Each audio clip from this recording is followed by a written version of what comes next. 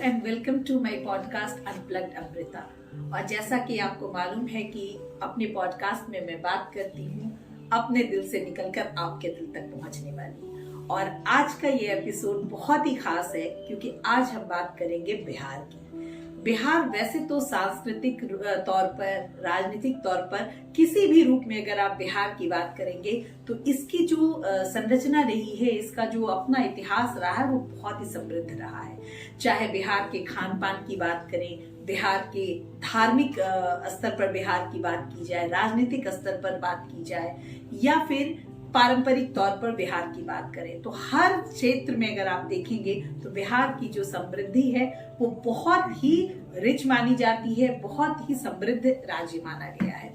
बिहार समृद्ध आज भी है, बिहार प्राचीन काल में भी समृद्ध ही था, लेकिन समय के साथ चीजें बदल गई हैं और अब जरूरत आ गई है कि हम बिहार के बारे में बहुत सारी बातें एक बार फिर से शुरू करें। और इसी कड़ी में आज मैंने एक बहुत ही खास मेहमान को अपने पॉडकास्ट में आमंत्रित किया है, जिनका नाम है रविशंकर उपाध्याय जी। पेशे से पत्रकार हैं, बहुत अच्छी चीजें लिखते हैं, बिहार की सांस्कृतिक धरोहर को संजोने का काम भी कर रहे हैं और बहुत हाल में इन्होंने एक बुक भी लिखी है, बिहार के व्यंजन। तो मेरा बहुत मन था कि बिहार के खान पान पर एक वीडियो बनाया जाए और इसीलिए आज मैंने इन्हें अपने स्टूडियो में बुलाया भी है। तो बहुत बहुत स्वागत है रविशंकर जी आपका हमारे पॉडकास्ट में। और आपने इतनी अच्छी किताब लिखी है बिहार के बारे में, तो पहले आप अपने बारे में बताएं, अपने प्रोफेशन के बारे में बताएं। सबसे पहले तो आपके सभी दर्शकों को मेरा प्रणाम और आभार कि आपने मुझे बुलाया अपने इस पॉडकास्ट में। मैंने पत्रकारिता लगभग 20 साल हो गए शुरू किए मुझे। जब मैंने पत्रकारिता की शुरुआत की थी यहीं पटना विश्वविद्यालय से पत्रकारिता की डिग्री लेने के बाद दैनिक जागरण, हिंदुस्तान, प्रभात खबर समेत कई पत्र पत्रिकाओं में काम करते हुए के दौरान ही मैंने कई सारे विषयों पे काम किया।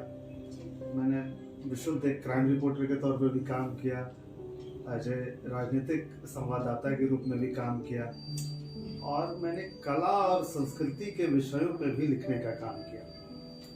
तो मैं मानता हूँ मेरा सौभाग्य रहा कि मैं जिस भी हाउस में रहा वहाँ मेरे संपादकों ने मुझे बहुत ही छूट दी और न केवल उन्होंने रिपोर्टिंग ग्रासरूट की कराई बल्कि उन्होंने सेलिब्रिटी के साथ इंटरव्यू को लेकर के भी मुझे याद किया। विभिन्न आयामों पर आपको काम करने का मौका मिला। विभिन्न विषयों पर पत्रकारिता के दरमियान मैंने अमृता जी काम किया और चूंकि मैं बिहारी हूँ तो बिहार की संस्कृति पे, बिहार के कला पे, बिहार के इतिहास पे, बिहार के धरोहर पे इतिहास का विद्यार्थी भी रहा हूँ, तो मेरा शुरू से जुड़ाव रहा है और मुझे लगा है कि अप्स एंड डाउन तो आते रहते हैं जीवन में। तो अपने राज्य के भी जीवन में अप्स एंड डाउन है।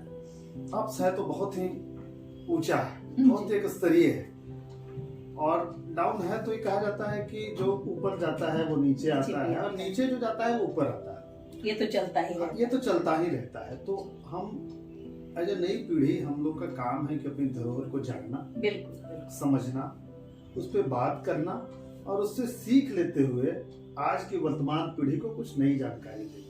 ये मुझे लगता है कि हर बिहारी का काम है, जैसे आप कर रही हैं। सामाजिक उत्थान के क्षेत्र में अपने महिलाओं को लेकर के, जो बेसहारा वर्ग है उनको लेकर के काम कर रही हैं, तो ये आपका योगदान है। उसी प्रकार से एज ए पत्रकार या एज ए मैं थोड़ा बहुत साहित्यकार के तौर पर देखें तो आपका काम है कि आप अपनी लेखनी से, आप अपने वक्तव्य से और आप अपनी भावनाओं से बिहार के बारे में लोगों को जागरूक करें, क्योंकि जानना बहुत जरूरी है। देखिए मैं विभिन्न राज्यों में काम किया हूँ पत्रकारिता के दरमियान, तो मैं देखता हूँ कि बच्चे जानते नहीं हैं यहाँ के बारे में। अपने ही बच्चे नहीं जानते हैं और कई सारे महानगरों में तो जब मैं गया हूँ तो वहाँ अपने राज्य के बच्चों से मिला हूँ तो यहाँ की बहुत बेसिक चीज के बारे में वो नहीं पता है मुझे। और मुझे लगता है कि जब वो जानेंगे नहीं तब वो कैसे वो अपनी बात को मजबूती से रखेंगे। जब आप नहीं जानिएगा, मैं एक छोटा सा प्रकरण सुनाता हूँ कि मैं एक बार मुंबई गया तो मेरे सामने बिहार का ही एक लड़का था और सिख कम्युनिटी के कुछ लोग थे। उन्होंने कहा कि भाई बिहार में है क्या घूमने के लिए। मैंने उनको बताया, मैंने उनके वेशभूषा को देख करके थोड़ा पहले आकलन कर लिया कि ये पंजाबी हैं। आप पंजाबी हैं? और आप ये कह रहे हैं कि बिहार में देखने के लिए क्या है, जानने के लिए क्या है, तो ये मुझे लगता है कि अजय पंजाबी आपका दुर्भाग्य है। सही बात कि आप नहीं जान रहे हैं और कोई न जाने कि गुरु नानक देव जी के जीवन का एकमात्र चमत्कार है। बिल्कुल बिल्कुल। और वो बिहार में घटित हुआ है जब उन्होंने राजगीर में गर्म कुंड को शीतल कुंड में तब्दील कर दिया। आज भी आप जाइए तो शीतल कुंड गुरुद्वारा है। ये दुर्भाग्य है उनका जो नहीं जानते हैं कि जो 1.25 लाख से एक लड़ाऊ तब गुरु गोविंद सिंह वो हाँ, और वो सिख धर्म जो है वो कहीं ना कहीं यहाँ यही जन्म हुआ जी। गुरु तेग बहादुर जी ने पंजाब से आसाम की यात्रा की तो सर्वाधिक दिन उन्होंने बिहार में बिताया जी। बिल्कुल। माता गुजरी देवी जिनके गर्भ से जन्म हुआ गुरु गोविंद सिंह जी महाराज का जी। और उन्हें गुरु गोविंद सिंह जी महाराज ने गुरबानी में लिखा। उनके ऐसा फिलोसफर, उनके ऐसा साहित्यकार, उनके ऐसा दूरदर्शी राजा शायद ही कोई माना जाता है। जब वो पटना साहिब से आनंदपुर साहिब जाते हैं और गुरबानी लिखते हैं तो वो कहते हैं कि तही प्रकाश हमारा भयो पटना शहर विखे भव्य। मतलब वहीं मेरा जन्म हुआ है उस पटना शहर में जो कितना भव्य है। तो अपनी भव्यता को अपने शब्दों में आज से 350 साल पहले लिख रहे होते हैं। तो मुझे लगता है ये छोटी छोटी चीजें हैं जो अपने बच्चों को, अपनी नई पीढ़ी को बतानी चाहिए, उनको जानना भी चाहिए। बिल्कुल। और जो बिहारी हम लोग का कर्तव्य है कि उनको बताएं। और जो बिहारी मैं समझता हूँ कि उनका भी एक जानने का अपना कर्तव्य है कि वो अपने राज्य को जाने, समझें। तो कई सारी बातें हैं जो जिसको लेकर के काम करने की जरूरत है। मैंने जब इतिहास विषय पर लिखना शुरू किया तो परंपराओं पर लिखना शुरू किया। और प्रभात खबर पर जब मेरे संपादक ने कहा कि आप बिहार के व्यंजनों के बारे में लिखिए, तो उस समय मेरी शुरुआत हुई जब मैंने बिहार के व्यंजनों के बारे में शोध करना शुरू किया। रामचरितमानस पढ़ी, रामायण पढ़ा। मेरे मन में पहला सवाल ये उठा कि भगवान राम जब यहाँ आए हैं, उनकी शादी यहाँ हुई है और वो कितना भव्य अवसर रहा होगा जब माता सीता से उनकी शादी हो रही होती है। तो उनको कौन कौन से आहार व्यंजन परोसे गए होंगे और बारातियों को क्या खिलाया गया और सीता जी वापस क्या लेके जाती है। सही बात है। तो जब मैंने रामायण पढ़ी, रामचरितमानस पढ़ा, तो उसमें देखा कि मैंने छोटी छोटी बातें लिखी हुई और जो मेरे भी जहन में नहीं था। तो मैंने उसके बाद शोध करना शुरू किया। तो थोड़ा पुरानी किताबों को पढ़ा, चूंकि पतंजलि यहाँ से बहुत समय तक व्यवस्था रहे हैं, महर्षि पाणिनि का ये कार्य क्षेत्र रहा है, तो मैंने उनको भी पढ़ा। और उसके बाद मैंने बिहार के व्यंजनों पे छोटी सी एक शोध पुस्तक के रूप में अपने लाने की कोशिश की। और आपकी इस किताब ने मुझे इतना प्रभावित किया है कि मुझे लगा कि इस पर बात होना बहुत ज्यादा जरूरी है। तो मुझे लगता है कि आप बिहार के व्यंजन से ही शुरू करिए कि हमारे बिहार में कितने प्रकार के व्यंजनों की बात हुई और क्या क्या इसमें विशेषता रही है। देखिए, सबसे पहले तो अभी चूंकि सर्दी का मौसम है और शीतलहर तो इतनी ज्यादा है कि अपने आहार विहार में भी देखते हैं कि शरीर को गर्म करने की तासीर वाली कौन सी ऐसी चीजें हैं जिसका हम उपयोग करें। अभी चाहे गाजर का मौसम है, हल्दी का मौसम, कच्ची हल्दी का मौसम है, तिल का अभी इस मामले में बिहार बहुत पॉपुलर रहा है। देखिए, बिहार बहुत प्रयोग धर्मी भी रहा है। जी हाँ, ये बहुत बड़ी बात। न केवल खेती को लेकर के देखिए हमारे पास बहुत विस्तृत श्रृंखला रही है हमारे आहार विहार की, बल्कि हम लोग प्रयोग धर्मी भी रहे हैं। और आज तिलकुट का समय है, तो मैं बताना चाहूंगा आपको 2-3 चीजें कि तिल का सर्वाधिक उत्पादन गुजरात और महाराष्ट्र में होता है और तिल पे सर्वाधिक प्रयोग बिहार ने किया है। तिल को कूट करके तिलकुट बनाना, तिल पापड़ी बनाना, तिल छड़ी बनाना, तिल के लड्डू बनाना, तिल के सबसे ज्यादा व्यंजन हमारे यहाँ हमने सबसे ज्यादा प्रयोग किए उसमें। और प्रयोग के बाद जो व्यंजन बनाए महर्षि पाणिनि अपनी किताब में वो लिखते हैं अष्टाध्यायी में कि उन्होंने पलल बताया है इसको, तिलकुट को। तो आप समझिए कि कितना पुराना ये हमारा व्यंजन है जो बरसों से चला आ रहा है। गया जी में वही गया जी जहाँ पे पितरों को श्राद्ध देने के लिए दुनिया भर के सनातन धर्म के हमारे जितने भी भाई बंधु हैं वो आते हैं अपने पितरों की आत्मा की शांति के लिए, उनको अपनी श्रद्धा निवेदित करने के लिए। और जब वो आते हैं वहाँ पे तो देखिए वो क्या क्या अर्पित करते हैं। वो चावल का लड्डू अर्पित करते हैं और तिल के साथ वो अर्पित करते हैं। ये हमारी परंपरा, हिंदू परंपरा है। और उसी चावल और तिल के साथ उसी गया जी में कितने प्रयोग हुए। अनरसा बना। अनरसा ऐसी मिठाई है कि पूरे दुनिया में कहीं नहीं मिलती, केवल हमारे यहाँ मिलती है यहीं पे आपको। और उस अनरसा के स्वाद को जिसने एक बार ग्रहण किया और वो दुनिया में कहीं भी जाए तो अनरसा का स्वाद भूलता नहीं। तो देखिए, जो हम भगवान को श्रद्धापूर्वक निवेदित कर रहे हैं उसी का हम व्यंजन बना रहे हैं। बिल्कुल।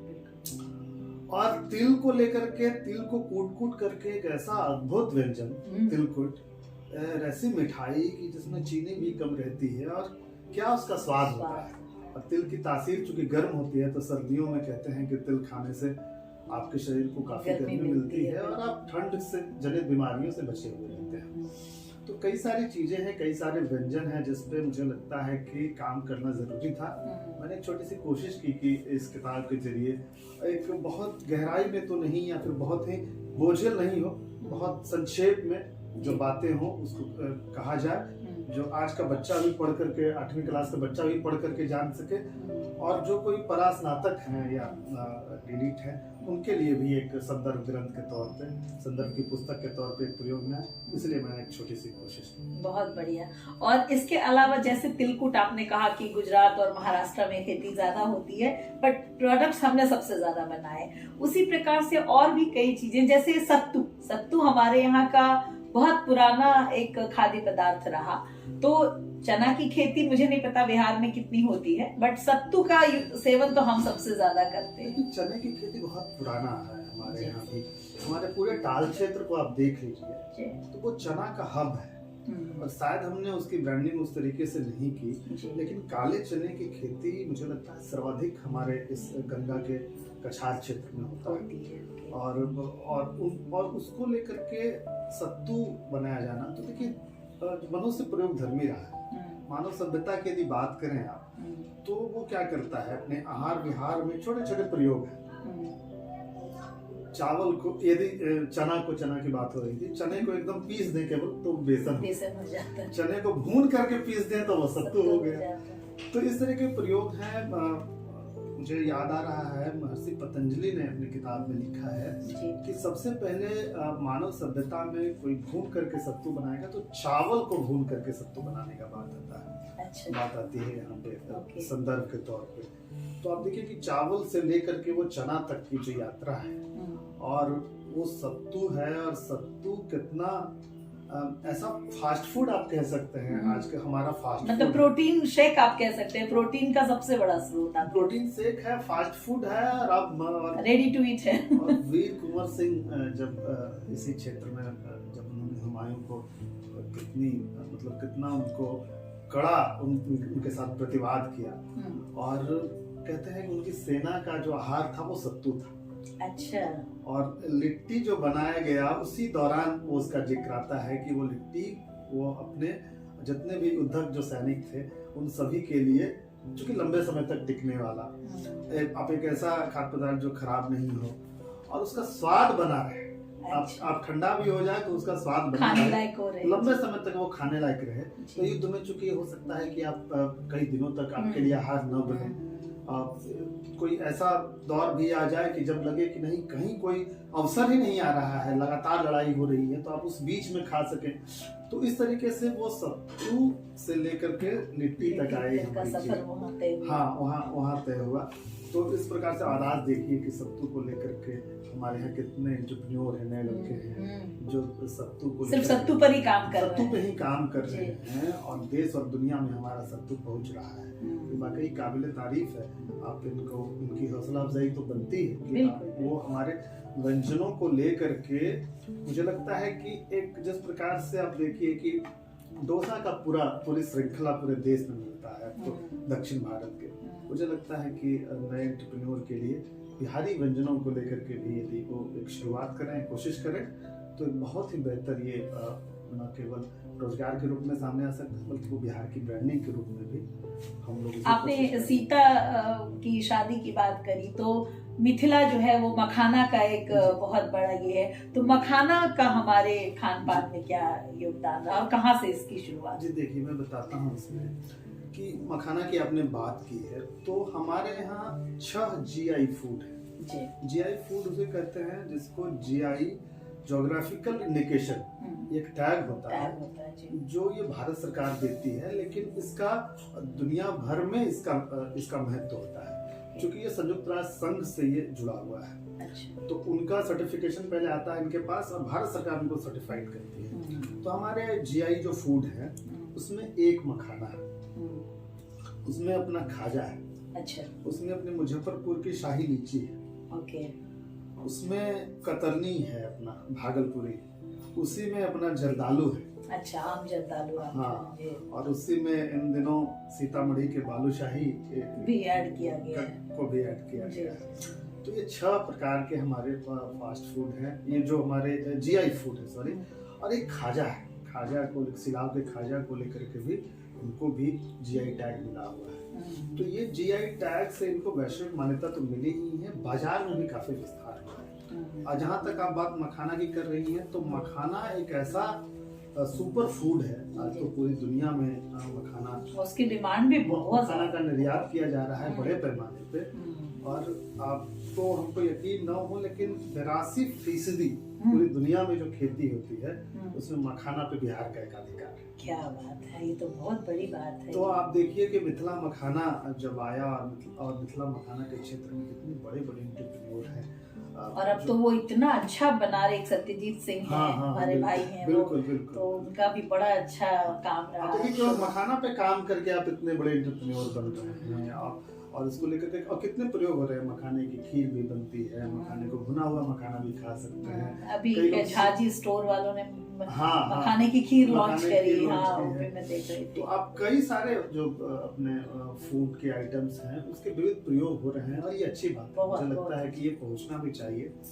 और आपने इतिहास की बात की, तो हमारे जो भोजन का इतिहास बहुत ही प्राचीन, यह हमारे लिए गर्व करने लायक बात भी है, और दुनिया को जानने लायक भी चीज है। जो पूरे दावे के साथ कहते हैं, तो बिहार के इतिहास में यदि आप जाएंगे, तो आप रामायण काल से, तो मैंने शुरुआत की आपको, तो राम जी की शादी जब हो रही होती है, बारात जब यहाँ आई है जी, और आप देखिए कि बक्सर में जब आते हैं जी भगवान राम चल करके, और अपने उनकी भगवान राम की शिक्षा भूमि जो रही है बक्सर है।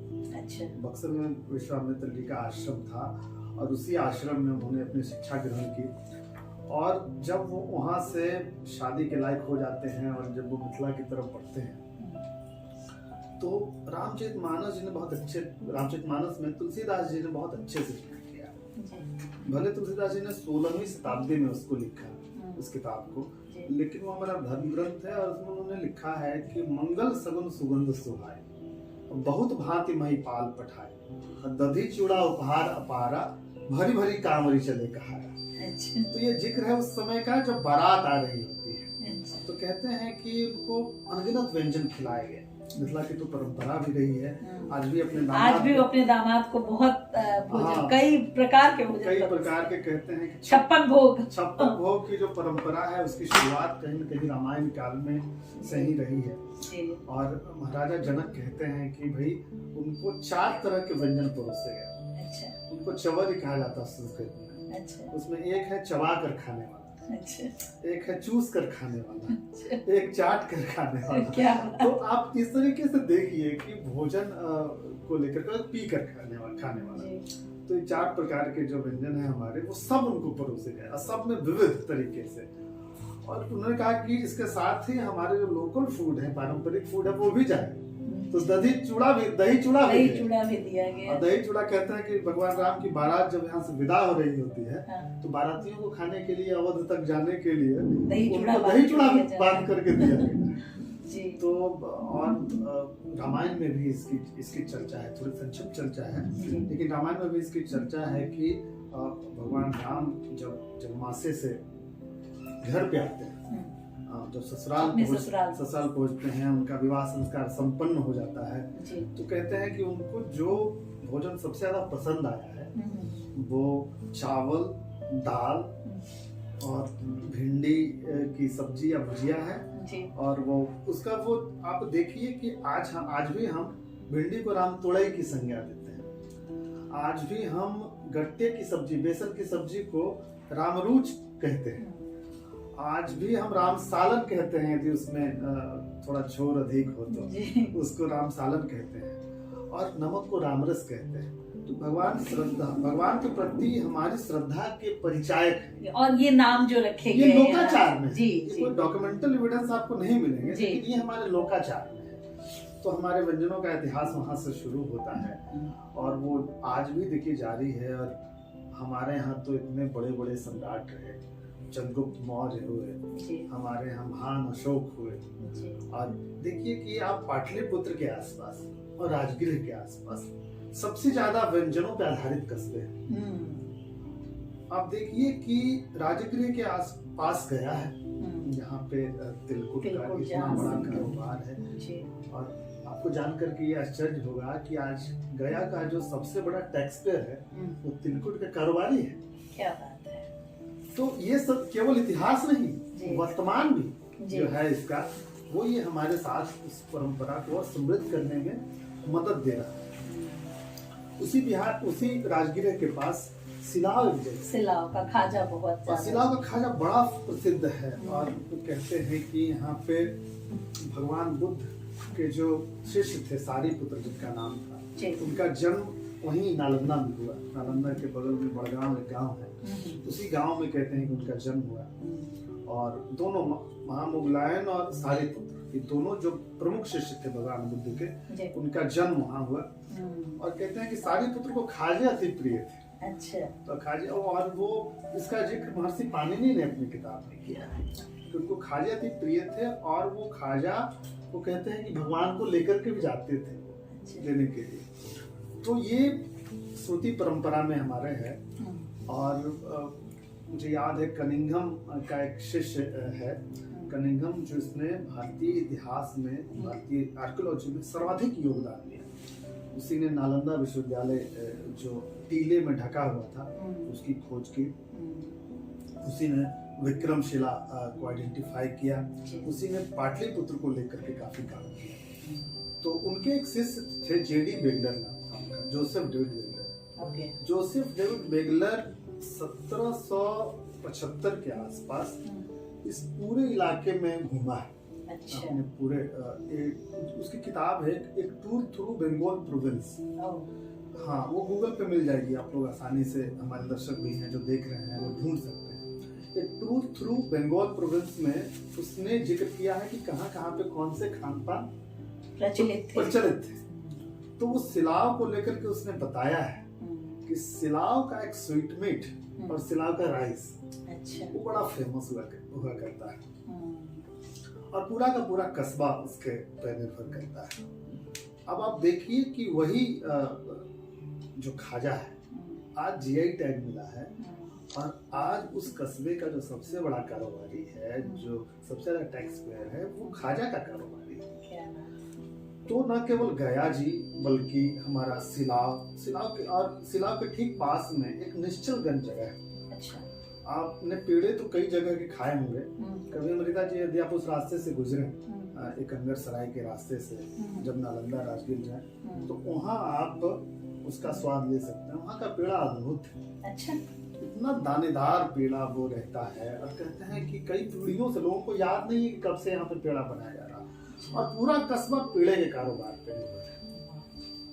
तो आप देखिए कि वो हमारे जो व्यंजन है उसको, उसकी परंपरा को यदि हम प्रिजर्व भी कर लें तो आज ही वो हमको बहुत कुछ दे सकते, बड़े पैमाने पे रोजगार देने के लिए वो है। तो मुझे ये लगता है कि जहाँ पे चंद्रगुप्त जैसा राजा रहा, जहाँ पे अजात शत्रु जैसे सम्राट हुए, जहाँ पे जरासंध कभी रहे, और जहाँ पे महान अशोक सम्राट हुए, तो वो जगह, उस जगह पे राजा को नए तरह की मिठाइयाँ भी चाहिए। आमोद के, प्रमोद के कई सारे साधन होते हैं। तो उनमें व्यंजन का ही बड़ा महत्वपूर्ण रोल होता है। आप देखिए कि आगे यदि किसी के पास आप जा रहे होते हैं तो क्या ले जाते हैं? बिल्कुल कुछ न कुछ खाने का प्रयास करते हैं कि उन तक पहुंचे और अच्छी चीज पहुंचे जो हमारे यहाँ का पॉपुलर। मुझे याद है कि मैं जब हिंदुस्तान टाइम्स समूह में काम करता था, तो जो बिरला जी की बेटी हैं, उन्होंने कहा था कि मुझे परवल की मिठाई केवल बिहार से मिलती है, उपहार में मिलती है। तो हमने देखिए वो परवल की मिठाई हमारी सब्जियों पर प्रयोग का भी एक परिचायक। बिल्कुल, मतलब मुझे नहीं लगता देश का कोई राज्य परवल की मिठाई बनाता है। परवल की मिठाई खाता है। लोग कहते हैं कि परवल को लेकर के ये प्रयोग कब किया गया, ये भी बहुत बड़ा सवाल है कि आखिर ये कब हुआ होगा। हाँ, तो आप देखिए फिर जैसे मैं आ रहा था हिस्ट्री पे, तो राजगिरी के वीर कस्बे मैंने बताया आपको, वहाँ पटना है, पाटलिपुत्र, पटना में खुरचन बहुत ही प्रसिद्ध एक मिठाई है जो पटना सिटी में मिलती है, और वो खुरचन विशुद्ध प्रयोग धर्मी मिठाई है।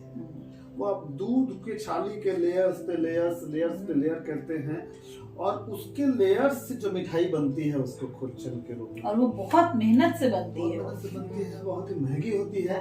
लेकिन आप पटना सिटी के किसी पुराने आदमी से मिल लीजिए, निवासी से वहाँ के मिल लीजिए, वो कहीं भी जाएंगे तो खुरचन लेके जाएंगे।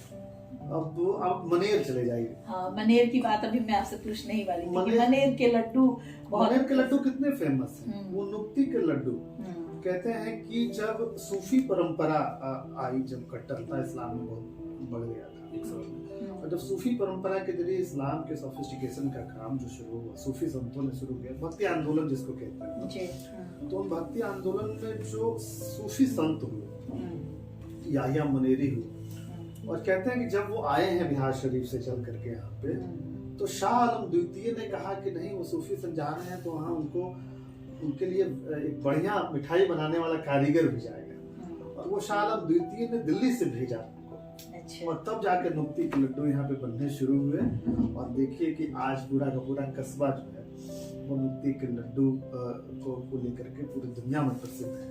और मनेर कोई भी आए, पटना कोई भी आए, वो चाहता है कि मनेर का लड्डू जरूर लेकर जाए। आप बाढ़ आ जाइए, धनरुआ आ जाइए, दोनों जगह लाई मिलती है। और गंगा जी के बालू में यदि आप कुछ चीज उलाते हैं तो उसका स्वाद और अलग हो जाता है। इसी कारण से आप देखिए कि लाई जब आप या तो बाढ़ की खाइए या फिर धनरुआ की खाइए, वो आपको अलग स्वाद है। दोनों के अलग स्वाद आएंगे। तो आप देखिए कि दोनों अगल बगल के, बहुत ज्यादा दूरी नहीं है दोनों कस्बों की। और फणीश्वर नाथ रेणु जब 1960 के दशक में यहाँ से जाते हैं, और उन्होंने सिलाव का खाजा एक रिपोर्टाज लिखा है, कहीं मौका पढ़िएगा, तो उसमें वो कहते हैं कि जब हम बख्तियारपुर पहुँचते हैं तो हमको लाई खिलाई जाती है। और लाई खिलाई जब जाती है तो कहते हैं कि जो बेचने वाला उस समय रहता है, वो कहता है कि बूढ़ों की मिठाई, बच्चों की टिफिन, बूढ़ों की मिठाई, ये है लाई। तो आप देखिए कि उस तरीके से भी उसके लाई का एक प्रचार प्रसार आज तक होता आया है, और वो हमारी परंपरा से लेकर के वर्तमान तक जारी है। हमारे यहाँ बढ़ैया का रसगुल्ला भी बहुत पॉपुलर है। बिल्कुल वो भी पटना के निकट ही है। हाँ, बढ़ैया के रसगुल्ला, दूध का उत्पादन उस टाल क्षेत्र में कितना होता है आप देखिए, और इतने बड़े बड़े रसगुल्ले बनते हैं। आप इधर जहानाबाद की तरफ जाइए तो एक पंचानपुर जगह है गया, पंचानपुर में 2.5 किलो के रसगुल्ले एक रसगुल्ला 2.5 किलो। हाँ, तो ये प्रयोग है बेसिकली। तो और आप यदि उत्तर बिहार जाइए तो कई सारे ऐसे कस्बे हैं जहाँ पे केवल मिठाइयाँ है। आप गोपालगंज में जाइए, वहाँ पे पेड़ुकिया मिलेगी आपको, तो वो थावे वाली माई को भी चढ़ाया जाता है जो वहाँ पे पेड़ुकिया है। और यदि आप बालूशाही जाइए तो बालूशाही कई रेंज हैं जो आपको मिलेंगे। आपको गुड़ के लड्डू मिलेंगे, गुड़ की जलेबियाँ मिलेगी, और बंगाल, चूंकि बंगाल प्रोविंस का हम लोग हिस्सा रहे हैं, तो हमारे मिठाइयों पर बंगाल का ही प्रभाव बहुत इम्पैक्ट है, काफी आपको दिखता है। तो चूंकि हमारे इलाके में दूध काफी ज्यादा शुरू से होता रहा है, तो दूध और छेने से बनने वाली जो मिठाइयाँ हैं, इसी कारण आप देखेंगे हमारी थालियों की जब मिठाइयाँ जब भी आती है तो छेने से बनने वाली मिठाइयाँ, खोए से बनने वाली मिठाइयों की प्रमुखता रहती है। लेकिन उसमें चूंकि हमारा प्रयोग इतना रहा है कि हमारी थाली में लाई भी है, हमारी थाली में तिलकुट भी है, लड्डू भी है, खुरमा भी है। खुरमा आप देखिए खाएंगे तो ऊपर से सूखा हुआ है और अंदर वो कितना नरम होता है। तो ठीक भोजपुर के लोगों की तरह है कि ऊपर से भले सख्त है और अंदर से बहुत नरम है, अंदर से बहुत नरम है। तो कई सारे ऐसे प्रसंग हैं जो आप मिठाइयों से आम जनजीवन को जोड़ते हुए देख सकते हैं। इन सभी का जिक्र मेरी किताब में भी है। और मुझे लगता है, मैं चाहूंगी कि आज जब हम लोग बात कर रहे हैं तो ये जो बिहार के व्यंजन है, इस किताब को सब पढ़ें और जानें अपने राज्य की समृद्ध चीजों के बारे में। तो ये मुझे बहुत ज्यादा खुद ही प्रभावित करता है। और एक चीज और मैं पूछना चाहूंगी, जब हम उधर जाते हैं, नॉर्थ की तरफ जाते हैं, मतलब सीमांचल की तरफ जाते हैं, तो उधर मकई की खेती प्रचुर मात्रा में होती है। तो क्या मकई जो है वो भी हमारे इतिहास से जुड़ा हुआ रहा, या उसका भी कुछ रहा, या अभी तक वो मकाम नहीं मिलता? पाया? देखिए मक्के की खेती हमारे यहाँ काफी है। हाँ, और बहुत ज्यादा हमारा एक स्थान है मक्के की खेती। बिल्कुल बहुत ज्यादा होता है। आज पॉपकॉर्न की दुनिया है आजकल तो, लेकिन हमारे यहाँ जो पीले मकई जिसको कहते हैं, खेती बहुत ही बड़े पैमाने पे होती रही है। बहुत ऐतिहासिक साक्ष्य तो नहीं मिलते हैं, लेकिन आप जो अपने बुजुर्गों से बात करते हैं तो वो कहते हैं कि नहीं हमारे समय में मक्के का काफी उत्पादन होता था, उनके पहले भी। और देखिए कि मक्के की रोटियां तो हमारे यहाँ बनती ही आई है लंबे समय से। मुझे लगता है कि थोड़ा सा उसको लेकर के ब्रांडिंग को लेकर के काम करने की जरूरत है।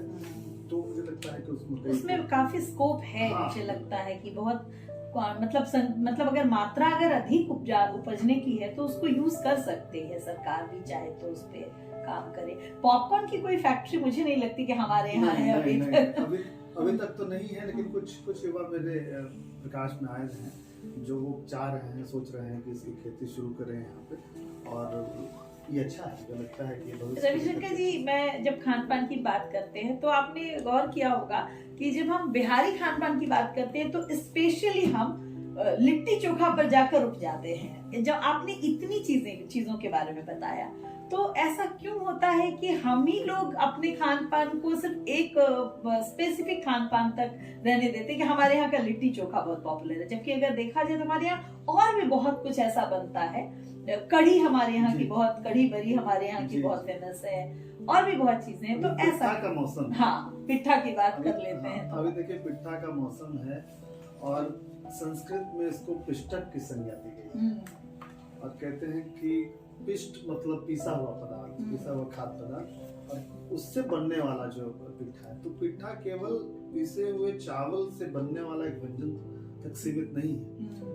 पिट्ठा जो है हमारे, क्योंकि हम लोग बेसिकली सब लोग खेती किसानी के बैकग्राउंड से रहे हैं, तो हमारे यहाँ देखिए जब भी नया चावल आता है, नया चावल आना और उसका उत्सव मनाना, नया चावल जब घर आता है उसको पीस करके कोई सबसे पहला अधिक खाद्य पदार्थ बनता है तो वो पिट्ठा बनता है। अगहन में चावल कटता है और पूस में पिट्ठा का मानते हैं कि पूस में खाना ही चाहिए। बिल्कुल बिल्कुल। पूस पिट्ठा नाम ही है पूस में। पूरे हमारे तो मगध इलाके में पूस के अलावा बनाया भी नहीं। और साल भर में कभी बना दीजिए तो कहते हैं कि नहीं अभी तो पूस में ही बनना चाहिए था। पूस में बनना चाहिए था। तो ये केवल एक परंपरा सी बन गई है, लेकिन मुझे लगता है कि अब वो दल पिट्ठी के रूप में सालों भर बनाई जा रही है। ये बहुत अच्छी बात है। दूध पिट्ठी देखिए हमारे यहाँ का बहुत पॉपुलर व्यंजन है। दूध पिट्ठी एक समय में शायद आजकल के बच्चों को याद या माता जी आजकल देती नहीं है उनको बना करके, लेकिन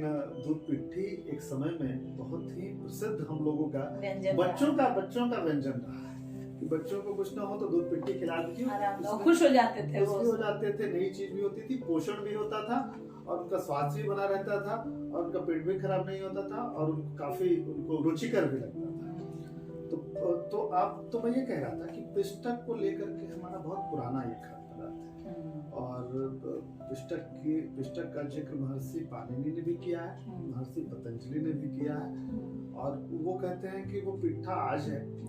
ये अलग अलग फॉर्म में आपको कई जगह पे मिल रहा है। असम में मोहुरा कहते हैं उसको, और अपने पूरे इस रीजन में चाहे वो पूर्वांचल में आप पीठा कहते हैं, कहीं पे पिट्ठा कहते हैं, बंगाल में उसको भक्का कहते हैं। हाँ, बंगाल में और सीमांचल के इलाके में उसको भक्का कहते हैं। तो अलग अलग नाम है, लेकिन है कि चावल से बनने वाली जो हमारे जो व्यंजन है पिट्ठा का बहुत ही बनता ही है, लेकिन पूस के महीने में ही हर जगह है लगभग मुझे। हाँ, तो पूस में चूंकि चावल नया स्वागत है, चावल नए चावल का स्वागत है कि जब वो आया है हमारे घर में तो पूरा परिवार बैठ करके उत्सव मनाए। और उसके तुरंत बाद हम चूड़ा दही की बात करना शुरू करते हैं। चूड़ा दही हमारे यहाँ का बहुत ही है। चूड़ा दही के पीछे क्या इतिहास रहा है? देखिए चूड़ा दही तो मैंने आपको बताया ही है। वो रामायण से चूड़ा दही रामचरितमानस में उसका जिक्र है। और आप हमारी लोक परंपरा में आप आ जाइए, चूड़ा दही कम समय में बनने वाला और एकदम रेडीमेड, हमारे जिसको फास्ट फूड कहते हैं, थोड़ा सा चूड़ा आप ले लीजिए, बाजार में कहीं से भी दही ले आइए।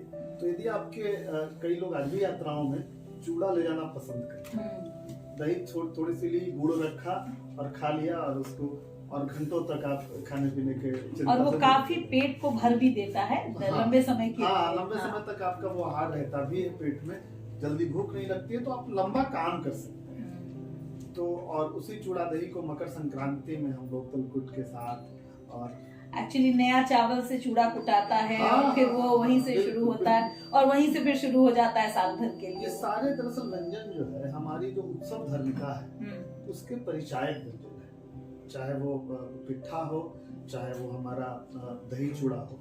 तो ये हमारी लोक संस्कृति से पर एक और व्यंजन जो बहुत हमारे बिहार में पॉपुलर रहा, चूड़ा घुगनी, और साथ में चूड़ा और मटर जो हमारे यहाँ छीमी आती है उससे जो बनते हैं, तो उसके बारे में भी आप बताइए कि वो भी हमारे यहाँ एक बहुत ही पॉपुलर चीज रहा। देखिए ये तो प्रयोग है ना, बेसिकली प्रयोग है। आप चूड़ा एक ऐसी चीज है जिसको आप स्नैक्स के रूप में प्रयोग कर सकते हैं और वही आपका और चना चूंकि हमारे यहाँ सत्तू और बाकी चीजों से जुड़ा रहा, तो उसकी भी सब्जी बनाकर लोग खाना पसंद। अब आंध्र प्रदेश में या मिथिला वाले इलाके में तो आम और चूड़ा भी खाते हैं। हाँ, दूध आम चूड़ा भी खाते हैं, दूध आम चूड़ा भी खाते हैं, दही आम चूड़ा भी खाते हैं। सही बात है। तो ये विविध प्रयोग है हमारे व्यंजनों को लेकर के। कई लोगों को जो पसंद आता है वो पसंद अपना आहार के रूप में ग्रहण करते हैं। अच्छा, एक और सवाल है, आज के समय में हम मोटे अनाज की बहुत बात करते हैं, तो मुझे बचपन में याद है कि जब कहते थे कि मड़ुआ का आट, मड़ुआ, वो हमारे यहाँ उस वक्त मड़ुआ बोला जाता था, जिसे शायद आजकल रागी कहते हैं और आज बहुत पॉपुलर हो गया है।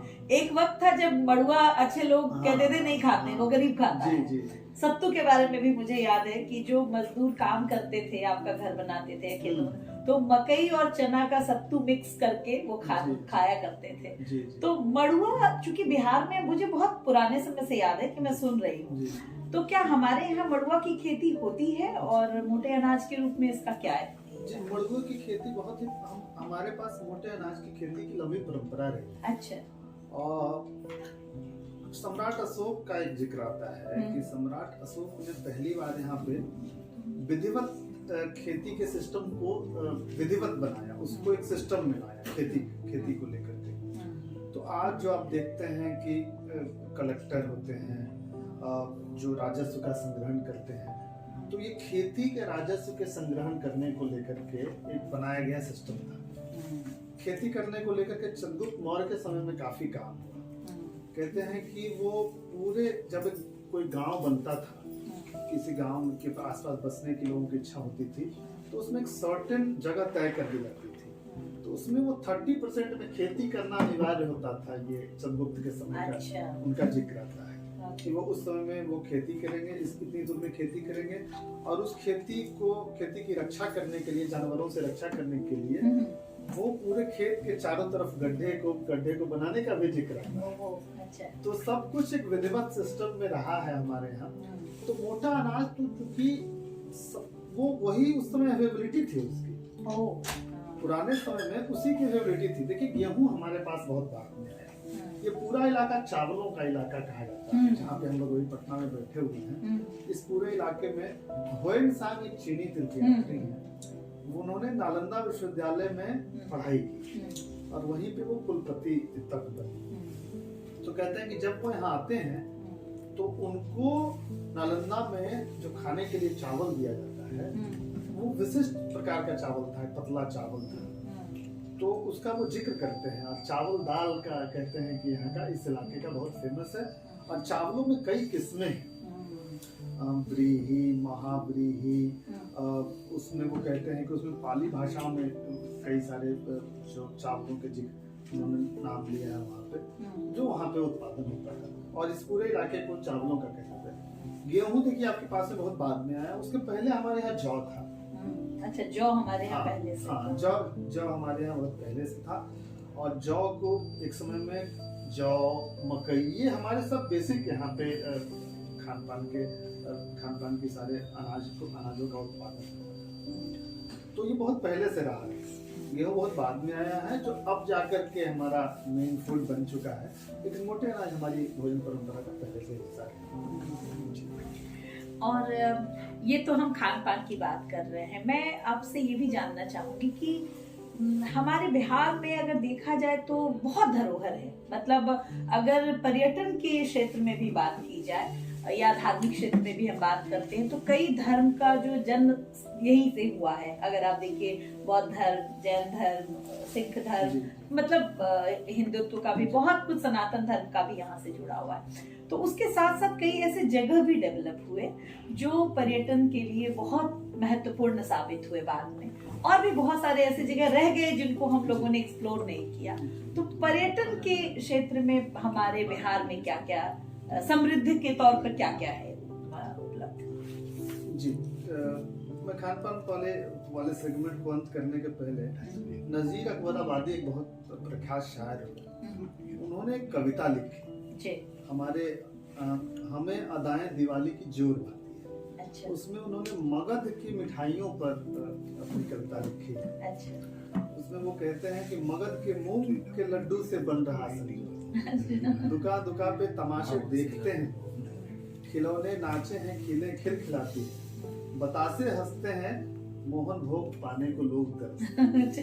इतनी चीजें एक साथ उन्होंने अपने शेर में जी जी। तो हमारे इलाके में जो मिठाइयों का जो समृद्ध इतिहास रहा है बहुत ही पुराने समय से रहा है और वो आधुनिक आज के दौर तक जारी है। अब रही बात आपके पर्यटन के सवाल पे आते हैं, तो जो कि इन दिनों में पर्यटन विभाग में बतौर जनसंपर्क पदाधिकारी भी कार्यरत हूँ, तो बिहार के पर्यटन को और नजदीक से देखने का, जानने का मौका मिल रहा है। तो बिहार का जो पर्यटन है ये बहुत ही प्राचीन तो है ही, लेकिन ये है कि उसको बहुत ज्यादा व्यवस्थित करने की दरकार है।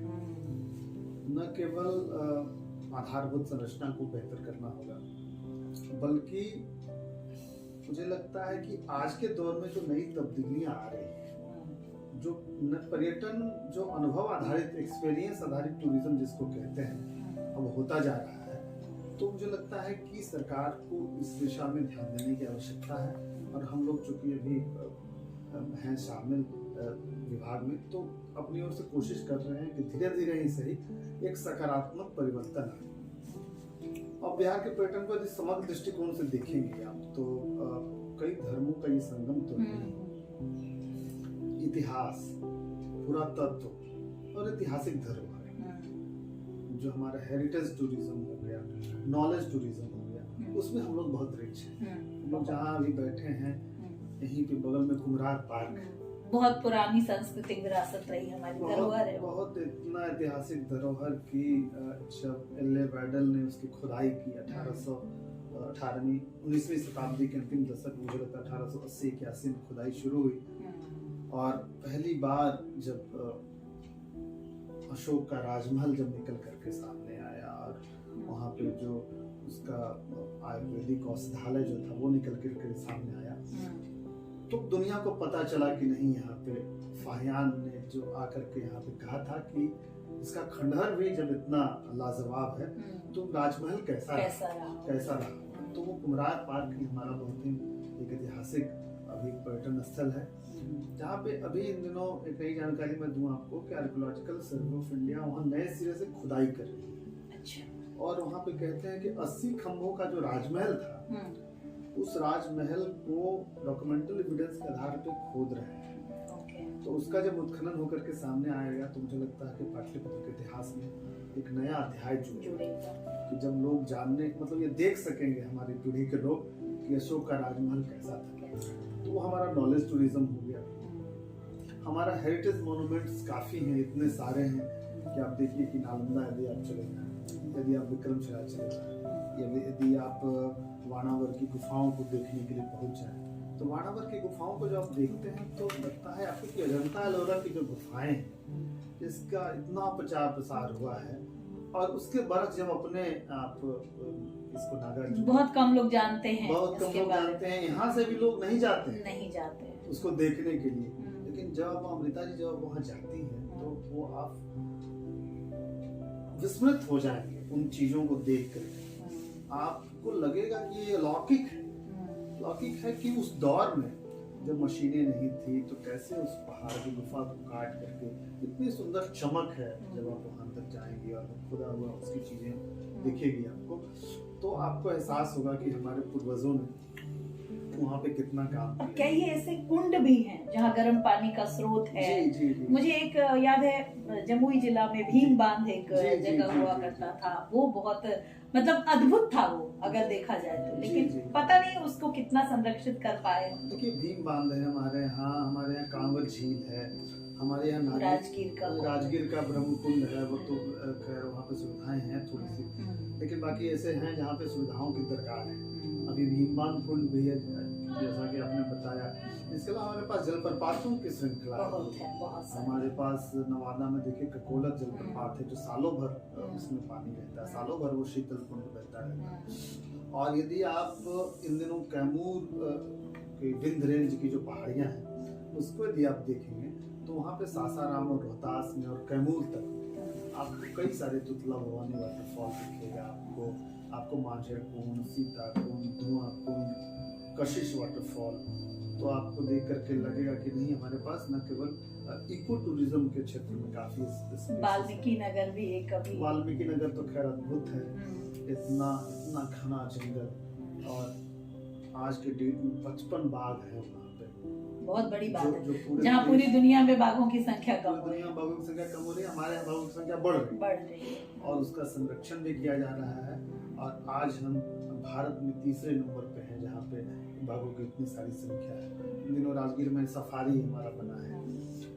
इसके अलावा वहाँ पे नेचर सफारी है जहाँ पे ग्लास ब्रिज है, तो भारत का दूसरा और सबसे बड़ा ग्लास ब्रिज है वहाँ, उसको देखने के लिए पर्यटक भारी संख्या में आ रहे हैं।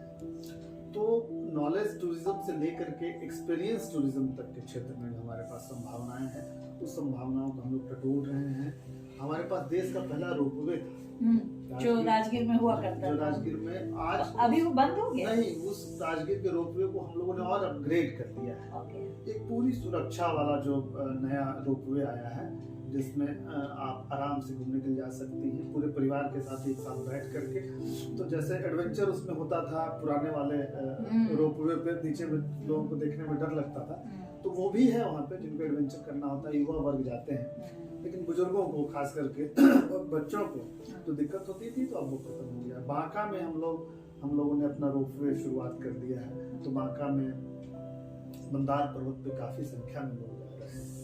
सनातन धर्म में मान्यता रही है कि जो समुद्र मंथन हुआ था उसकी मथनी मंदार पर्वत के चारों तरफ मंदार पर्वत ही थी, उसकी मथनी के रूप में प्रयोग किया गया था। तो उसको लेकर के हम लोग वहाँ पे भी रोपवे बन गया है। बांका में हम लोग मोहनी डैम में भी नेचर आधारित टूरिज्म पे काम कर रहे हैं, इको टूरिज्म पे वहाँ काफी काम हुआ है। आने वाले दिनों में वहाँ भी आपको टूरिस्ट स्पॉट्स दिखेंगे। तो ये जो टूरिज्म पर इतना काम हुआ है, तो क्या पर्यटकों की संख्या हमारे यहाँ पहले के कंपैरिजन में बहुत बढ़ी? जी बिल्कुल बढ़ी है। आप देख लीजिए कि कोरोना के दौर में पूरी दुनिया में पर्यटकों की संख्या घटी, लेकिन कोरोना के बाद 2022 के अंत से पूरा 23 जो हमारे पास रहा, पूरे 2023 में हमारे पास काफी संख्या में पर्यटक आए। मैं आपको आंकड़े बताता हूँ कि हमारा जो आंकड़ा है, जो हम लोग बहुत ही विधिवत तरीके से उसका संग्रहण करते हैं, और उसके अनुसार 8 करोड़ 21 लाख लोग हमारे यहाँ पे आए 2023 केवल 23 की, मैं जनवरी से लेकर दिसंबर तक की बात कर रहा हूँ। इसमें बड़ी संख्या, इसमें एक ध्यान देने वाली बात है कि बड़ी संख्या रिलीजियस टूरिज्म के क्षेत्र में जो आए पर्यटक उनकी रही। मलमास मेला में जो राजगीर में हर तीसरे साल आयोजित होता है, उस मलमास मेले में बड़ी संख्या में लोग आए, वहाँ पे 2.5 करोड़ से अधिक लोग आए। इस बार हम अक्टूबर महीने तक 5 करोड़ का आंकड़ा पार कर चुके हैं, और मुझे लगता है कि ये नवंबर दिसंबर के आंकड़े अभी आने शेष हैं। तो जैसे ही जो हम होटल से गैदर करते हैं, जो हम टूर ऑपरेटर से लेते हैं, हम एयरलाइंस से जो हम लोग लेते हैं कि टूर करने कितने लोग आए हैं, तो इन सबको जब आंकड़े आएंगे तो मुझे लगता है कि इस साल भी काफ़ी अच्छी खासी संख्या रहेगी। इस बीच हम पर्यटकों को चाह रहे हैं कि पर्यटन स्थलों के आसपास और गतिविधियों में इजाफा। अमृता जी, हमारे पास जो बुद्धिस्ट सर्किट है उसमें काफ़ी संख्या में लोग आते हैं, पूरी दुनिया से लोग आते हैं।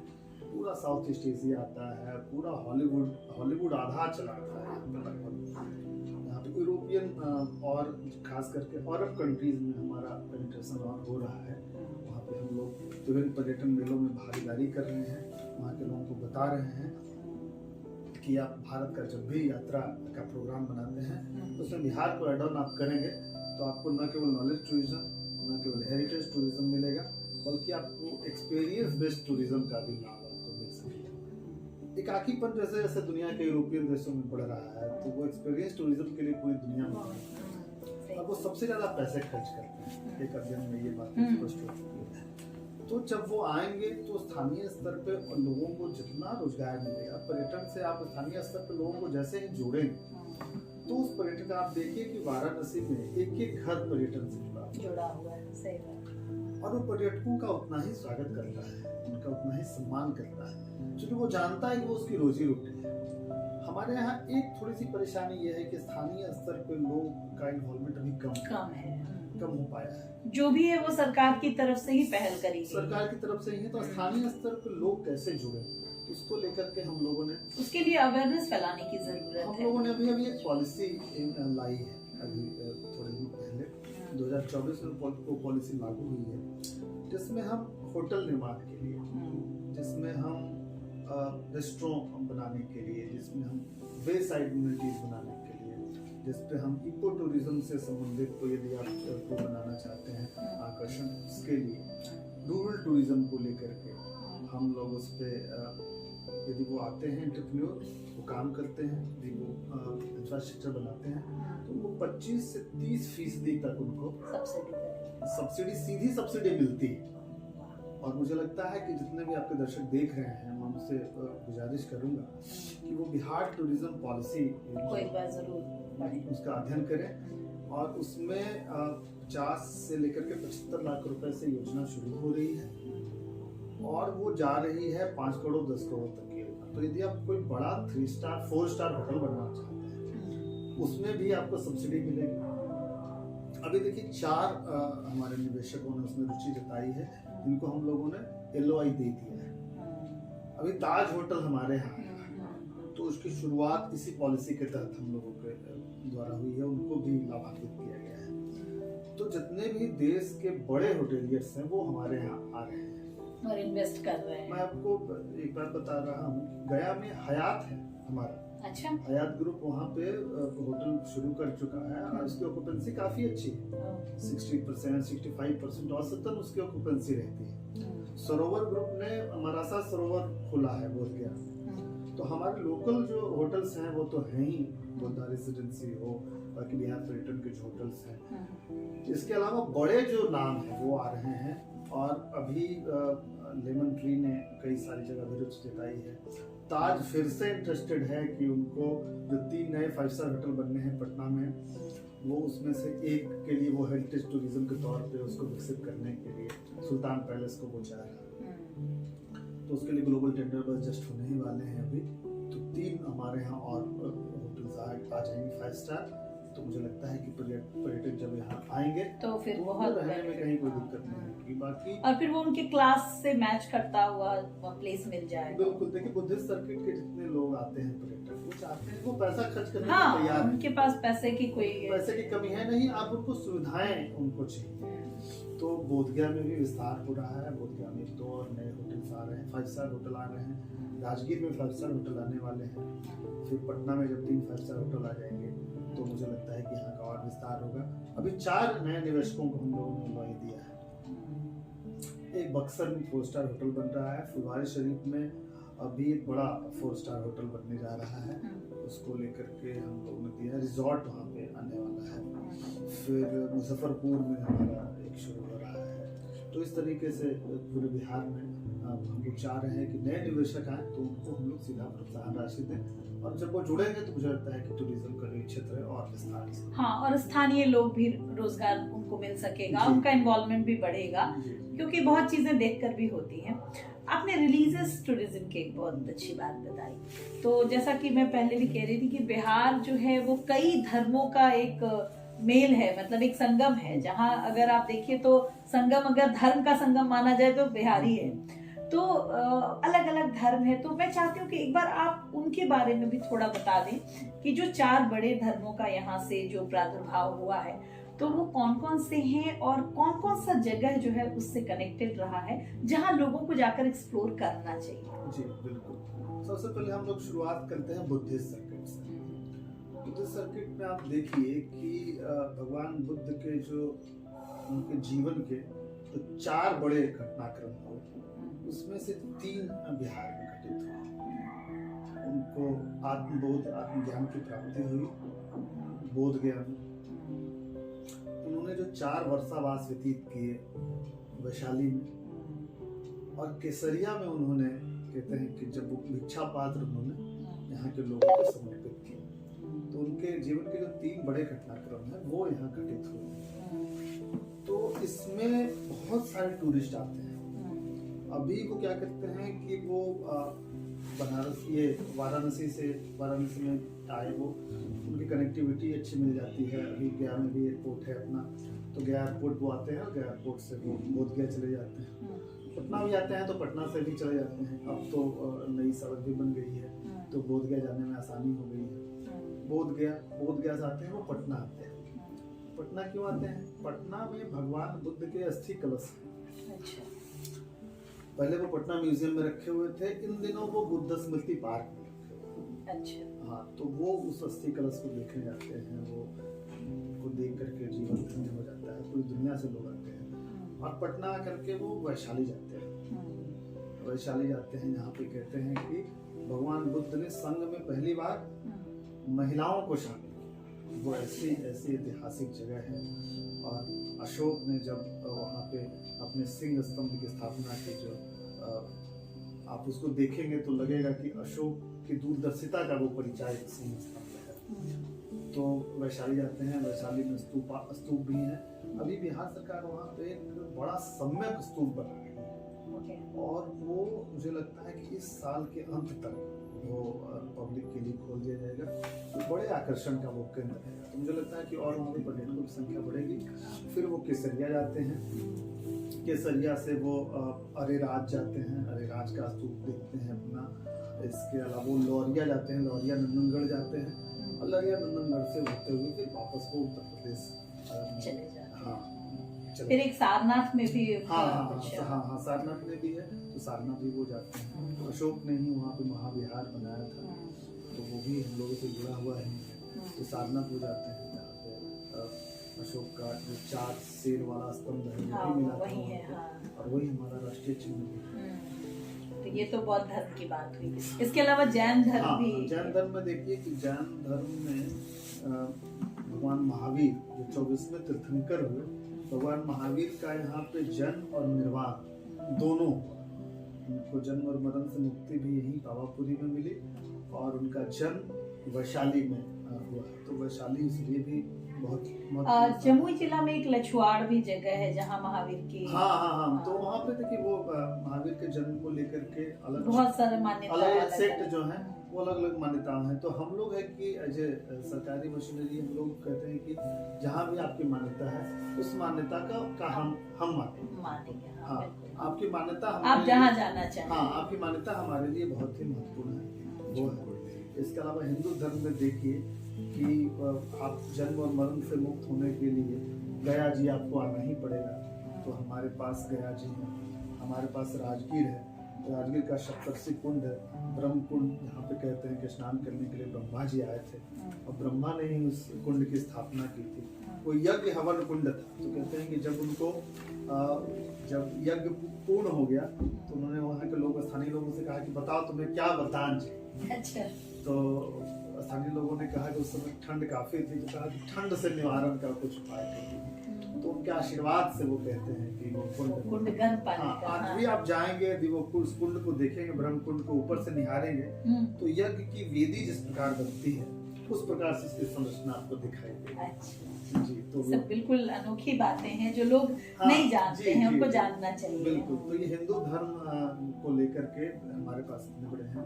हमारे पास देखिए सूफी मतलब सर्किट्स हैं हमारे पास। हमारा बिहार शरीफ और मुनेर शरीफ तो 2 जुड़वा शहर हैं। सिख धर्म को लेकर के आप आइए तो गुरु गोविंद सिंह जी की जन्मस्थली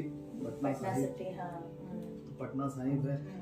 उनके बाल लीला हमारे पास गुरुद्वारा है, यहाँ पे गुरु गोविंद सिंह जी की बाल लीलाएं हुई। गाय घाट गुरुद्वारा है, जहाँ पे कहते हैं कि गाय को जब वो गाय से जब उनका स्नेह होता था तो वो उसी जगह पे गाय घाट गुरुद्वारा बनाया गया। यही दानापुर में हांडी साहिब गुरुद्वारा है। तो भगवान को कहते हैं यहाँ पे उनको गुरु गोविंद सिंह जी महाराज को वो हांडी में हलवा बना कर खिलाया गया। अच्छा, इसीलिए उसका नाम है। उसका हांडी साहिब गुरुद्वारा। तो हांडी साहिब गुरुद्वारा बड़ा फेमस है। इसके अलावा गुरु तेग बहादुर जी सासाराम में आए तो सासाराम में गुरुद्वारा है हमारा। हमारा गुरुद्वारा कटिहार में भी है जहाँ पे गुरु तेग बहादुर जी गए थे।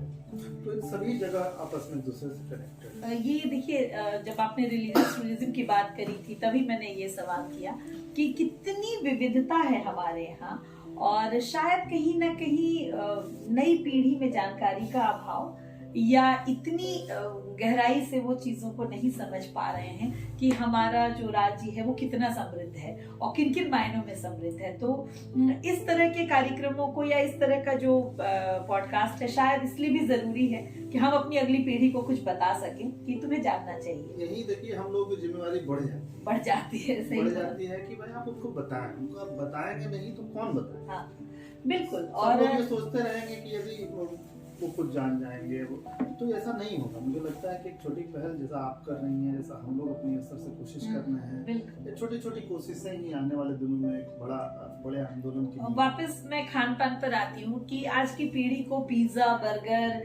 वैरायटीज ऑफ फूड्स के बारे में पता है, लेकिन अगर किसी बिहार के बच्चे से बिहार के फूड के बारे में बात करें तो वो बहुत जाएगा कूद के, तो वो लिट्टी चोखा तक जाएगा। उसके अलावा उसको बहुत कुछ पता नहीं होता है, क्योंकि कहीं न कहीं परंपराएं भी थोड़ी थोड़ी क्षीण होने लगी हैं। और मुझे लगता है कि इन सब चीजों पर बात करना बहुत जरूरी है। और अगर आप और भी कुछ विशेष बताना चाहें तो जरूर आप बताएं, क्योंकि बहुत ही इंफॉर्मेटिव वीडियो रहा और मुझे लगता है बहुत कुछ और विशेष आप बताना चाहें तो जरूर ऐड करें। मैं बताना चाह रहा हूँ कि पिज्जा, बर्गर जैसी चीजें बच्चे खाते हैं, ठीक है, कभी कभार खाने के लिए तो वो अच्छी है और ये बच्चे भी जानते हैं, क्योंकि फास्ट फूड से होने वाली बीमारियां बढ़ रही है।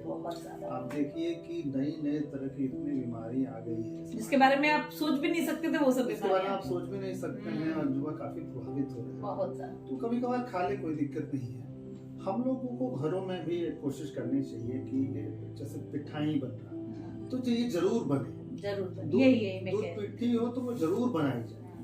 आप देखिए कि हमारी आपकी सबकी माँ, दादी, नानी गर्मी आते ही कैसे वो प्रिजर्वेशन को लेकर के काम करना। आपको याद होगा रविशंकर जी कि जब हम छोटे हुआ करते थे तो हमारे यहाँ चने का साग बनता था जी।